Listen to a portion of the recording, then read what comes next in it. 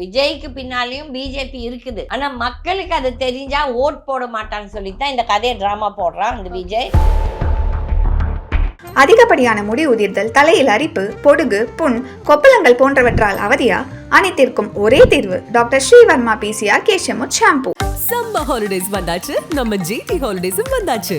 GT holidays, South India's #1 travel brand.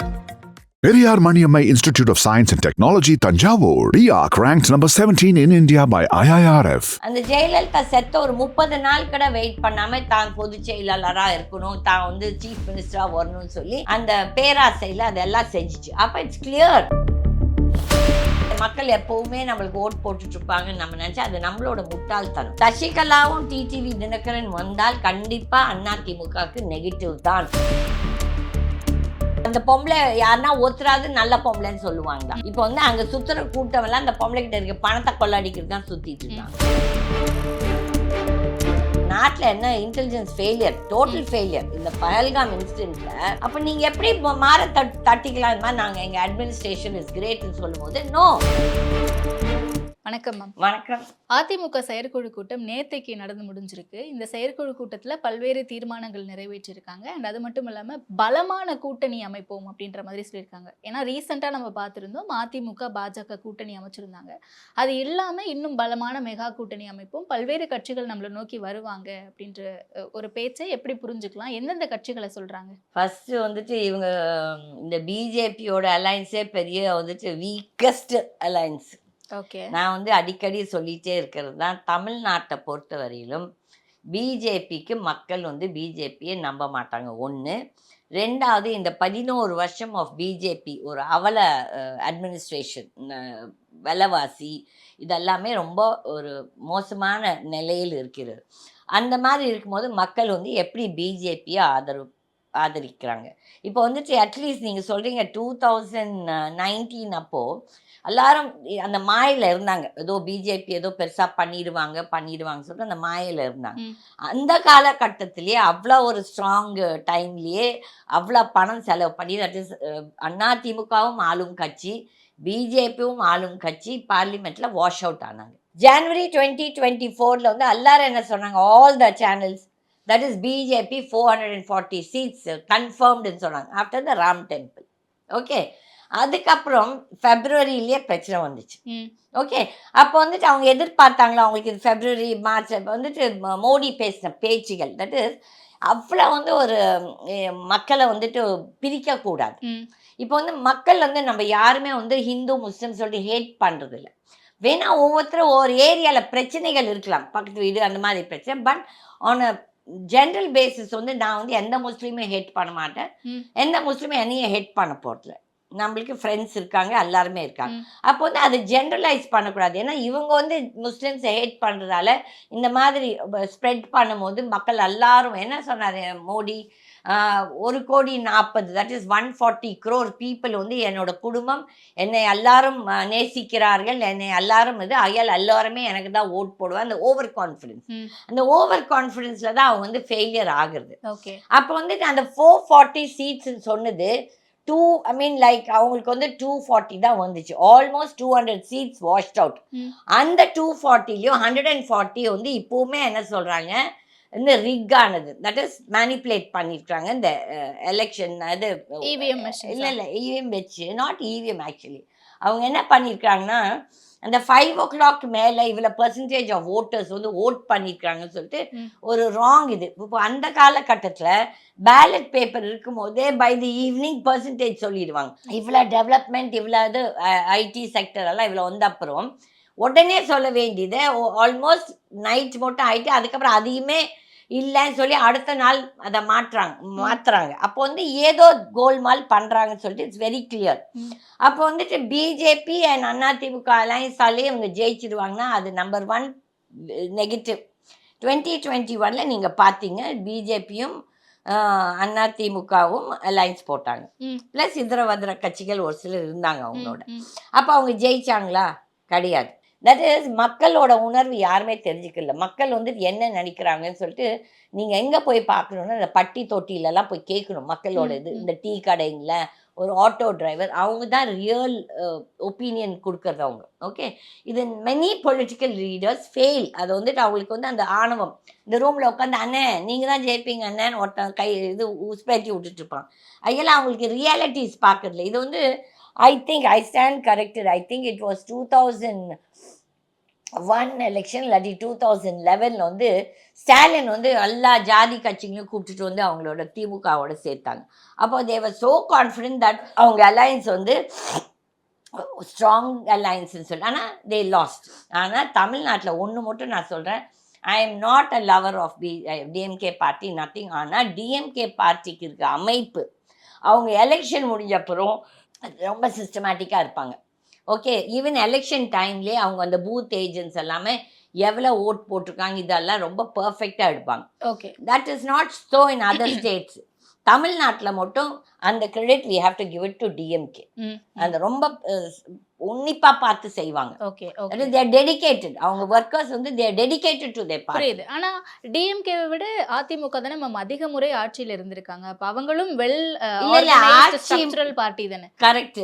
எப்படின்னா அதிமுகவுக்கு வந்து எம்ஜிஆர் என்ற ஒரு இது இருந்துச்சு, ஒரு என்ன சொல்றது, ஒரு மேக்னெட். ஓகே, அதே மாதிரி ரெட்டை இலை என்ற சின்னம் ஆல்சோ மேக்னெட். ஓகே, ஐயால அவங்க இருந்தப்போ தான் ஜெயிச்சுட்டு வந்தாங்க. ஆனால் ஜெயலலிதா பீரியடில் இவங்க ஜெயிச்சாங்க, அவங்க ஜெயிச்சாங்க. ஒன்லி 11 and 16 ஜெயலலிதா கண்டினியூஸாக ஜெயிச்சாங்க. பட் அந்த மாதிரி பார்க்கும்போது இப்போ வந்துட்டு ஏன் வந்துட்டு இந்த continuous 3 elections, if you see 2019 parliament, 2021 assembly, 2024 பார்லிமெண்ட்ல அதிமுக வாஷ் அவுட் தான் இருக்குது வித் பிஜேபி. பிஜேபி தான் வாஷ் அவுட். ஆக்சுவலி அதிமுகக்கு நெகட்டிவ் யாருன்னா, நெகட்டிவ் பார்ட்னர் வந்து பிஜேபி. ஆனால் அவங்களுக்கு இப்போ என்னென்னா, தட் இஸ் நீங்கள் எங்களோட அலையன்ஸ் போடாட்டி உங்கள் சின்னத்தை நாங்கள் இது முடக்குவோம், இதை செய்வோம், அதை செய்வோம், இந்த இடி ரெய்ட்ஸ் எல்லாம் நாங்கள் ஸ்டார்ட் பண்ணுவோம். ஏன்னா எல்லாத்துக்குமே ஊழல் இருக்குது. ஒருத்தங்கூட யோகியமானவங்க கிடையாது அதிமுகலையோ. ஈவன் திமுக, நான் வந்து திமுக மந்திரிங்கள்லாம் யோகியமானவர்கள் நான் சொல்லலை. ஆனால் அதிமுகவில் எல்லாத்துக்குமே கேஸ் இருக்குது. ஐயால அவங்களுக்கு எல்லாத்துக்கும் அந்த என்ன சொல்கிறது, ஒரு மிரட்டல், பிளாக்மெயிலிங். அப்போ பிஜேபி வந்து அதில் சர்வைவ் ஆகிட்டு போகலான்ட்டு இருக்கிறாங்க. பட் நீங்கள் பார்த்தீங்கன்னா, இப்போ நீங்கள் வந்து ஒன்றுபட்ட அதிமுகனா, ஒன்றுபட்ட அதிமுக நான் யாரோட சேரலாம் நான் சொல்றேன்னா, ஓபிஎஸ்ஸை சேர்த்திக்கலாம், தப்பு கிடையாது. ஏன்னா வாட் எவர் சடன்னா is been a party member, not that is a very popular. அந்த ஆளாக வந்துட்டு அவர் ஒரு பெரிய பாப்புலர் லீடர்லாம் கிடையாது, நான் அதுக்காக சொல்லல. பட் அவங்க பார்ட்டியில் is been chief minister twice between Jayalalithaa அந்த இதில். அப்புறம் வந்து not that is got a popular vote, because அது வி கிளியர்லி சா ராமநாதபுரத்தில் ஹி லாஸ்ட். ஓகே, பட் வந்து நீங்கள் வந்து டிடிவி தினகரனும் சசிகலா வந்து இவங்களுக்கு ஒரு ப்ளஸ் பாயிண்டாக இருக்குதுன்னு நினச்சிங்கன்னா, that will be the most negative point. ஏனென்றால் இன்றைக்கும் நிறைய பெண்மணிகள் என்ன நினைக்கிறாங்கன்னா, சசிகலா ஜெயலலிதாவை கொன்னாங்கன்னு சொல்லிட்டு அந்த இந்த மனசில் இருக்குது மக்களுக்கு. Okay, but that is the truth, அதுதான் ஃபேக்ட். ஓகே, ஏன்னா இந்த அம்மா இவ்வளோ பேசும், இந்த சசிகலா வந்து அந்த ஜெயலலிதா செத்த ஒரு 30 நாள் கூட வெயிட் பண்ணாமல் தான் பொதுச் செயலாளராக இருக்கணும், தான் வந்து சீஃப் மினிஸ்டராக வரணும்னு சொல்லி அந்த பேராசையில் அதெல்லாம் செஞ்சிச்சு. அப்போ இட்ஸ் கிளியர் தட் அவங்க வந்து யாருமே ஜெயலலிதாக்காக வந்து என்ன சொல்கிறது, சேவை பண்ணுறக்கோ இல்லாட்டி மரியாதையில் செய்கிறதோ இல்லை. அவங்களுக்கு எல்லாத்துக்கும் ஒரு இது பிளானிங் இருந்துச்சு.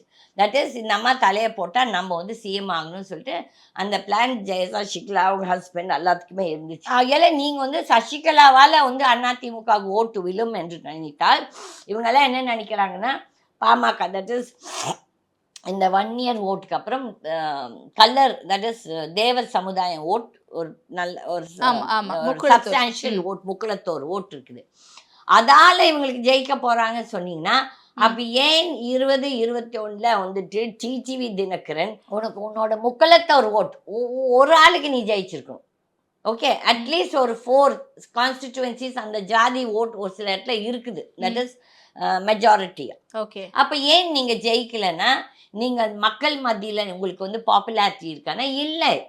நீங்கள் வந்துட்டு சும்மா அப்படி வந்துட்டு ஒரு ஸ்பீச்சை கொடுத்துட்டு போகிறதால நீங்கள்லாம் பாப்புலர் லீடர்ஸ்ன்னு நினச்சின்னா கிடையாது. நீங்கள் நினச்சிட்டே இருக்க மக்கள் எப்போவுமே நம்மளுக்கு ஓட் போட்டுட்ருப்பாங்கன்னு நம்ம நினச்சா அது நம்மளோட முட்டாள்தனம். இப்போ வந்து நீங்கள் என்ன பார்க்கணுன்னா, சசிகலாவும் டிடிவி தினகரன் வந்தால் கண்டிப்பா அதிமுகவுக்கு நெகட்டிவ் தான். ஓகே அதே மாதிரி பிஜேபியும் ஒரு பெரிய நெகட்டிவ் பாயிண்ட். அப்ப நீங்க எல்லாரும் கேட்கலாம், அவ யார் தான் அவங்களோட சேருதுன்னு சொல்லிட்டு பாருங்க. இல்ல அதுதானே சொல்றாங்க அதுதான் பலமான மிகப்பெரிய கூட்டணி அமைப்போம்னு. அதால நீங்க ஜெயிச்சிருவீங்களா? இப்போ ஜெயலலிதா 2016 யாரோட கூட்டணி வச்சாங்க? யாரோடையும் இல்லை, தனியா தானே ஜெயிச்சு வந்தாங்க. அப்போ வந்துட்டு நீங்க சொல்லலாம், ஓ ஜெயலலிதா என்ற ஒரு பெரிய மாபெரும் லீடர் இருந்தாங்கன்னா, அப்படி கிடையாது. அதே மாபெரும் லீடர் 96ல தோத்தாங்க. அப்ப நீங்க என்ன யோசிக்கணும்னா, மக்களோட நம்ம சொல்லுவோம் இப்போ மக்கள் சக்தி மகேசன் சக்தின்னு சொல்லி. அப்போ வந்து அந்த மக்கள் சக்தி வந்து யாருமே அதுக்கு மரியாதை கொடுக்கறது இல்லை. ஆமா, எல்லாருமே நினச்சிக்கிறாங்க இந்த ஓட்டுக்கு பணம் கொடுத்தாதான் நம்ம ஜெயிச்சு வருவோம்னு சொல்றதும் ஒரு தப்பான ஒரு கணக்கு. ஒரே 3 monthsல மக்களோட இது மாறுச்சுல்ல. நீங்க அப்பேற்பட்ட ஒரு அயோத்தியாலேயே இந்த பிஜேபி தோத்துச்சு. ஓகே, யார் ஜெயிச்சா? ஒரு எஸ்பியில் இருக்குது ஒரு ஹரிஜன், ஒரு எஸ்சி நினைக்கிறவர், அவர் ஜெயிச்சார். அப்போ வந்துட்டு யாருன்னா ஒத்துறாவது நம்ம அன்னைக்கு சொல்லியிருந்தா, இந்த ஜான்வரி இந்த ராம் டெம்பிள் திறந்த உடனே நம்ம சொல்லியிருந்தானா நம்மள எல்லாரும் முட்டாள்னு சொல்லியிருப்பாங்க. நான் அப்பவும் என்னோட பேட்டியில் நான் சொல்லியிருக்கிறேன், வந்து மோடி வந்து டெஃபினட்டாக வந்து 400 சீட்ஸ் வாங்க மாட்டான்னு நான் சொல்லியிருக்கிறேன். எந்த சேனலாவது நம்மள சொல்லி ஐயோ நீங்கள் கீதமா நீங்கள் சொன்னீங்க அதுக்குன்னு சொல்லி கிடையாது. மக்களோட மெமரியும் கம்மி. ஓகே, இந்த வந்து ஒருத்தர் வந்து ஹீரோ ஆக்குறதும் தவறு. நீங்க 96ல பார்த்தீங்கன்னா டிஎம்கே ஒரு என்ன அலைன்ஸ் இருக்குன்னு சொல்லிட்டு ஒரு இதில் இருந்தாங்க.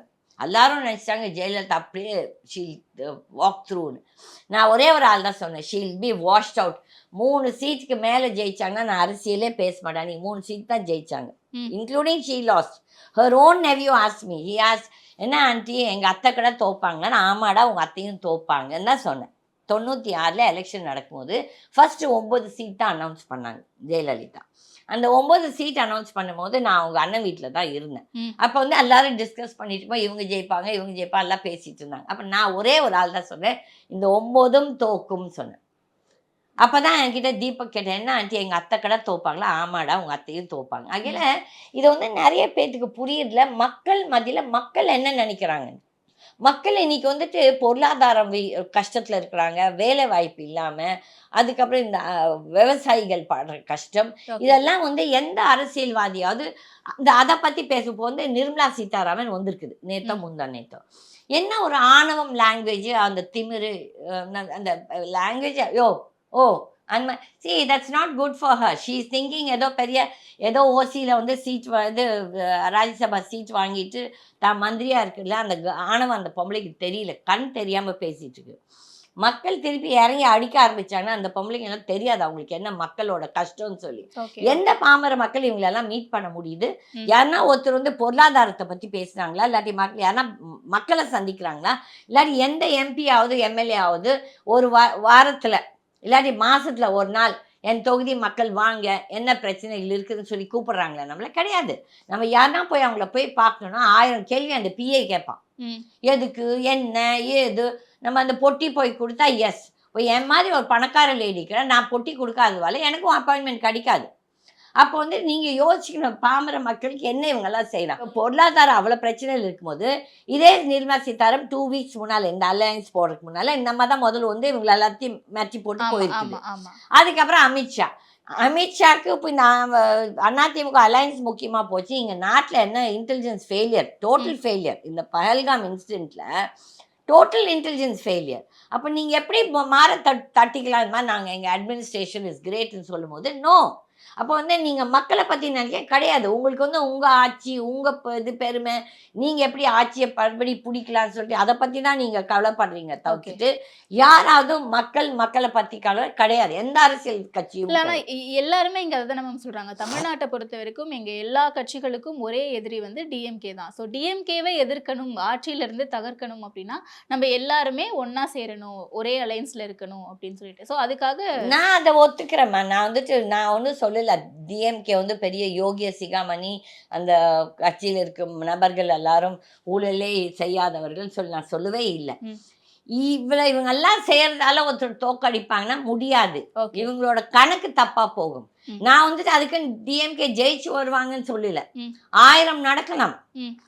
அதுதான் நான் சொல்றேன். 1000 நடக்கலாம். நான் அதான் மறுபடியும் சொல்றேன். இபிஎஸ் ஒரு குள்ள நரி. ஓகே. தன்னோட தன்னோட ப்ராப்ளம்ஸை காப்பாத்திக்கிறதுக்கு உட்கார்ந்துட்டு இருக்காரு சிரிச்சுக்கிட்டு. ஒரு வார்த்தை பேசினான் அந்த ஆள் அன்னைக்கு. இல்ல இந்த ஏடிஎம்கே கூட்டணியில விஜய் வந்தா அது இன்னும் ஸ்ட்ராங்கா இருக்கும் அவங்களுக்கு. அப்ப வின்னிங் பாசிபிலிட்டிஸ் நிறைய இருக்குன்னு சொல்றாங்க. அதுதான் நான் சொல்றேன் பாருங்க. இந்த அலைன்ஸ் இந்த மாதிரி நிறைய அலைன்சஸ் போட்டது தான். ம். போட்டு எல்லாரும் ஜெயிச்சாங்களே. ஏன் 2016 எல்லாரும் சேர்ந்தாங்க. ஜெயலலிதா தனிச்சு தானே நின்னாங்க. மக்களோட இது அன்னைக்கு என்ன எப்படி இருக்குதோ அதுதான் மெயின். இவங்கெல்லாம் நினச்சிக்கிறாங்க இந்த 1+1+1 எல்லாம் சேர்றதால ஜெயிச்சு வரும். நாளைக்கு 1000 நடக்கலாம். நாளைக்கு வார் வரலாம், ஒரு வேர்ல்டு வார் வரலாம், அதால சூழ்நிலைகள் மாறலாம், எவ்வளோ இருக்குது. இப்போ வந்து இந்த விஜய் வந்து இருக்குமா இருக்காதா பாருங்க. அந்த ஆள் வந்து ஒரு சடனாக ஒரு கான்ஃபரன்ஸ் நடத்துது, சடனாக ஒரு தன்னோட ஷூட்டிங் போகுது. See what is is dedication to public life. நீ வந்து ஏதோ உன்னோட இதை காப்பாற்றிக்கிறதுக்கு நீ வந்து அரசியலுக்கு வந்திருக்க. இதுவும் ஒரு நிர்பந்தம் தான். விஜய்க்கு பின்னாலேயும் பிஜேபி இருக்குது. ஆனால் மக்களுக்கு அது தெரிஞ்சா ஓட் போட மாட்டான்னு சொல்லித்தான் இந்த கதையை ட்ராமா போடுறான் இந்த விஜய். இந்த மாதிரி அந்த பக்கம் ஃபாசிசம் இந்த சொல்லிட்டு இங்கே பாயாசம்னு சொல்லிட்டு இந்த கதையெல்லாம். பட் வந்துட்டு நிஜமாவே எதிர்ப்பானா கிடையாது. ஒன்றுமே is put up by BJP. இது வந்து நிறைய பேருக்கு புரியாமல் நினச்சிட்டு இருக்கிறாங்க அவன் பிஜேபிக்கு எதிர்த்து பேசுகிறான்னா கிடையாது. ஓகே. இதெல்லாம் சந்தர்ப்பவாத அரசியல் இவங்கெல்லாம் செய்யுது. அதனால இவங்க வந்து ஒன்றுபட்ட அதிமுகனா ஒன்றுபட்ட அதிமுக யார் யாருக்கு பர்சனல் செல்வாக்கு இருக்குது? இவங்கெல்லாம் ஒரு ஜெயலலிதாவா இல்லாட்டி இவங்கெல்லாம் ஒரு எம்ஜிஆரா? Okay okay. இப்போ ஒன்றும் இல்லை. இதே ஓபிஎஸ் போய் தனியா இப்போ ஒரு கோயம்புத்தூர்லையோ எங்கேயோ நீ ஒரு செலவும் பண்ணாமல் நீ போய் நின்று ஒரு மீட்டிங் நடத்து. உனக்கு எவ்வளோ பேர் வந்து நிற்கிறாங்கன்னு பார்க்கலாம். அப்போ வந்து இவங்களுக்கெல்லாம் நீங்கள்லாம் யோசிக்கிறீங்க என்னமோ அவங்க வந்து சிஎம், அந்த சிஎம்மாக இருந்தாலும் நீ வந்து மக்களால் தேர்ந்தெடுக்கப்பட்ட ஒரு சிஎம் கிடையாது. நீ வந்து அந்த நேரத்துக்கு சசிகலா உன்னை தூக்கி அவங்களுக்கு ஒரு கூஜா வேண்டி இருந்துச்சு, ஒரு கோமாளி. அந்த கோமாளியை உன்னை வச்சுக்கிட்டாங்க, அவ்வளோதான், ஒரு ஒப்புக்கு சப்பானி. அப்போ வந்துட்டு இதெல்லாம் அரசியலே கிடையாது. இந்த அலையன்ஸஸால் இவங்கெல்லாம் ஜெயிச்சு வருவாங்கன்னு சொல்லி கணக்கு போட்டால் இதை விட பைத்தியக்காரத்தனம் வேறு எதுவுமே கிடையாது. பார்த்துட்டே இருங்க. 11 மாதத்துக்கு 10 மாதத்துக்கு அப்புறமே இந்த அரசியல் இதே மாறும். அதே மாதிரி டிஎம்கேவும் நினச்சிட்டு வேணாம், அவங்களுக்கு இருக்க பார்ட்னர்ஸ் எல்லாம் அங்கே உட்காந்துட்டு இருக்க போகிறாங்க. எல்லாருமே சந்தர்ப்பவாத அரசியல்வாதிக்கு தான். இப்போ வந்து நீ எனக்கு எக்ஸ்ட்ரா சீட் கொடுத்தா நான் வரேன், நீ எனக்கு இவ்வளோ எக்ஸ்ட்ரா பணம் கொடுத்தா நான் வரேன்னு சொல்கிற ஆட்டிடியூட் தான் எல்லாத்துக்குமே. யாருக்குமே நான் எப்போதும் சொல்கிற மாதிரி நாட்டு மக்களோ இல்லை நாட்டை பற்றி கவலைப்படுற எந்த அரசியல்வாதியும் கிடையாது. எல்லாருமே தன்னோட சொந்த இதை எப்படி இது பெருசு பண்ணிக்கலாம், நம்ம எப்படி இன்னும் முன்னுக்கு வரணும் அதுதான் பார்க்குறாங்க. ஸோ அதில் இந்த அலைன்சஸ் இப்போ போடுற எல்லா அலைன்சஸும் எதுவுமே நீடிக்கும்னு சொல்றதுக்கு இது உத்தரவாதம் கிடையாது. ஓகே. ஒன்றிணைந்த அதிமுக பாசிபிள் கிடையாது. அப்படியே அது பாசிபிள் ஆனாலுமே அவங்களுக்கு அது பேக் ஃபயர் தான். வின்னிங் கண்டிப்பா. அது வந்துட்டு ஒன்றிணைப்பு யாரு? நீங்க 3 பேர்த்த தான் சொல்றீங்க. ஒன்று வந்து ஓபிஎஸ், ஒன்று வந்து டிடிவி, ஒன்று வந்து Sasikala. When was Sasikala political leader? அந்த பொம்பளை யாருன்னா ஒத்துறாது நல்ல பொம்பளைன்னு சொல்லுவாங்களா? இப்போ வந்து அங்கே சுற்றுற கூட்டமெல்லாம் அந்த பொம்பளைக்கிட்ட இருக்க பணத்தை கொள்ளடிக்கிறது தான் சுற்றிட்டு இருக்கான். எவனா ஒருத்தனா சொந்தக்காரனே எனக்கு தெரிஞ்சு, நான் பேர் சொல்லக்கூடாது, அது பேயின்னு தான் சொல்லுவாங்க. அந்த மாதிரி கஞ்ச பீச நானே பார்த்துருக்கேங்க. அவங்க வீட்டில் போனால் பச்சை தண்ணி கொடுக்க மாட்டாங்க. யார்? நடராஜன் ஆகட்டும் சரி, அந்த கூட்டமே, அந்த சொந்தக்காரங்க கூட்டமே நம்மக்கிட்ட தான் பறிக்க பார்ப்பாங்க தெரிஞ்சு அவங்க 5 பேர். அப்போ வந்து நீ உங்களோட பப்ளிக் சர்வீஸ் என்ன? இந்த பொம்பளை சரி, ஷி வாஸ் நிழல் சிஎம், கொள்ளாடிச்சிச்சு இல்லை, யாருன்னா ஒரு 10 பேருக்கு நல்லது பண்ணியிருக்கா? எல்லாம் காசு வாங்கி தானே பண்ணியிருக்கு. அப்போ வந்து உன்னை எப்படி யாருன்னா லைக் பண்ணுவாங்க? ஓகே. இப்போ வந்து நீங்கள் வந்து ஒருத்தர் எதிர்பார்த்து ஒரு தலைவர்கிட்ட போகிறீங்க, ஃபோன் பண்ணுறீங்க. இப்போ நீங்கள் எவ்வளோ பேர்த்த இன்டர்வியூஸ் பண்ணுறீங்க. அப்போ வந்து உங்களுக்கு ஏதோ ஒரு பிரச்சனை இருக்கும், நீங்கள் நினைப்பீங்க ஐயோ அவங்க நம்மளுக்கு ஹெல்ப் பண்ணுவாங்க. ஃபோன் பண்ணால் எவ்வளோ political leaders first phone answer பண்ணுறாங்க சொல்லுங்கள். அப்போ வந்துட்டு இதெல்லாம் ஒரு பிம்பம். சசிகலாவால் வந்துட்டு அதிமுக வந்து ஜெயிக்க போகுதுன்னு நினச்சேன்னா அதை விட பைத்தியக்காரத்தனம் வேறு எதுவும் கிடையாது. அதால் அவங்க தோக்க போகிறாங்க. டிடிவி இஸ் நோ பெரிய ஒரு மாஸ் லீடர் கிடையாது. ஆமாம் ஆமாம். Is again a negative person. இல்ல, ஆனா ஆல்ரெடி 24 எலெக்ஷன்ஸ்ல அவங்க பிஜேபியோட தான் கூட்டணியில இருந்தாங்க. அப்படி ஒரு அலைன்ஸ்ல இருக்கும்போது இன்னைக்கு பிஜேபியே ஏடிஎம்கேயோட வந்துட்டாங்கன்னும் போது அப்ப அந்த அலைன்ஸ்ல இவங்க எல்லாருமே இருப்பாங்களா இல்லையாங்கிறது நம்ம இல்ல யாருமே வந்தாலும் இவங்களுக்கு நெகட்டிவ் தான் ஆகும். ஓகே. வரலாம், நான் அவங்க வரவே மாட்டாங்கன்னு நான் சொல்லல. வந்தால் வந்து நெகட்டிவ் தான் ஆகும். ஏன்னா மக்கள் மத்தியில் இவங்களுக்கெல்லாம் என்ன பேர் இருக்குதுன்னு சொல்லிட்டு நீங்கள் யோசிக்கணும். Okay okay. இப்போ வந்துட்டு TTV Dinakaran for example 2021 assembly எலெக்ஷனே சொல்லலாம். See, there are a lot of times individual people win பண்ணியிருக்காங்க. அதுவும் எஸ்பெஷலி உங்கள் ஏரியாலேயே நின்னா. தட் இஸ் நான் வந்து ஒரு ஃபார் எக்ஸாம்பிள் சொல்கிறேன். 88 வந்து சிவாஜி வந்து அவரோட சொந்த ஊர்லேயே நின்னார். ஒன்று வந்து அவர் வந்துட்டு first is a great actor. Okay, ஒரு பிரபலமான ஒரு மனிதர். ஓகே, ரெண்டாவது அவங்க ஜாதி ஓட்டு. அப்படி இருந்தும் அவருமே டெபாசிட் போச்சு அவருக்கு.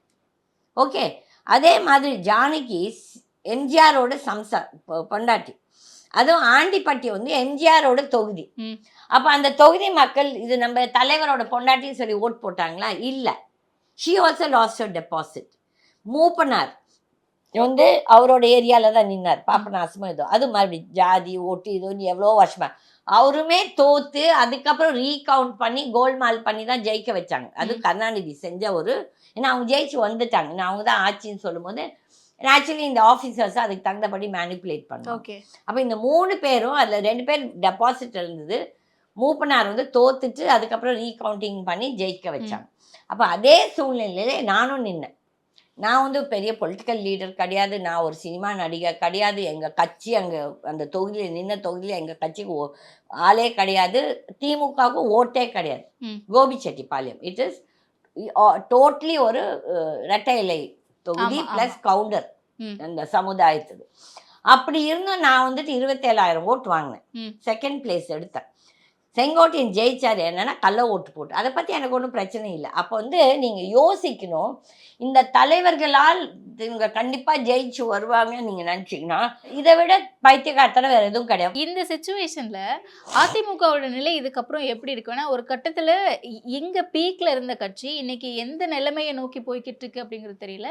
அண்ட் அவங்களுடைய அந்த ஒரு சிக்னேச்சர் சிம்பிளான ரெட்டையிலையுமே இன்னைக்கு ஒரு பிரச்சனைக்குள்ளாகி சர்ச்சைக்குள்ளாகி ஒரு மாதிரி நீண்டுக்கிட்டே இருக்குல்ல, எப்படி புரிஞ்சுக்கலாம் அதை? நான் வந்து ரீசெண்டாக எனக்கு ஒரு 1 வீக் முன்னால் வந்து ஒரு அதிமுக வந்து ஒரு இந்த மாநில தலைவர் ஒருத்தர் வந்தார் என்னை பார்க்கறதுக்கு. அவங்க எல்லாருமே பைத்தியக்காரங்க. அவங்களுக்கெல்லாம் என்ன தெரியுமா, நம்ம என்ன ஒன்று நல்லது சொன்னாலுக்குன்னா யாரும் கேட்டுக்க மாட்டாங்க. இப்போ வந்து நானே 100 தடவை சொல்லியிருக்கேன் அவர்கிட்ட வந்துட்டு எனக்கு இபிஎஸ்ஸை சந்திக்கணும். இபிஎஸ்ஸை சந்திக்கிறது எனக்கு ஒன்றும் பர்சனல் எனக்கு ஒன்றும் தேவையே கிடையாது. நான் சொல்கிற மாதிரி அந்த ஆத்மா, தட் இஸ் ஜெயலலிதாவோட ஆத்மா, நீ போய் அவனை போய் பாரு, அவனை தான் சொல்லுவந்தம்மா, அவனை போய் பாரு.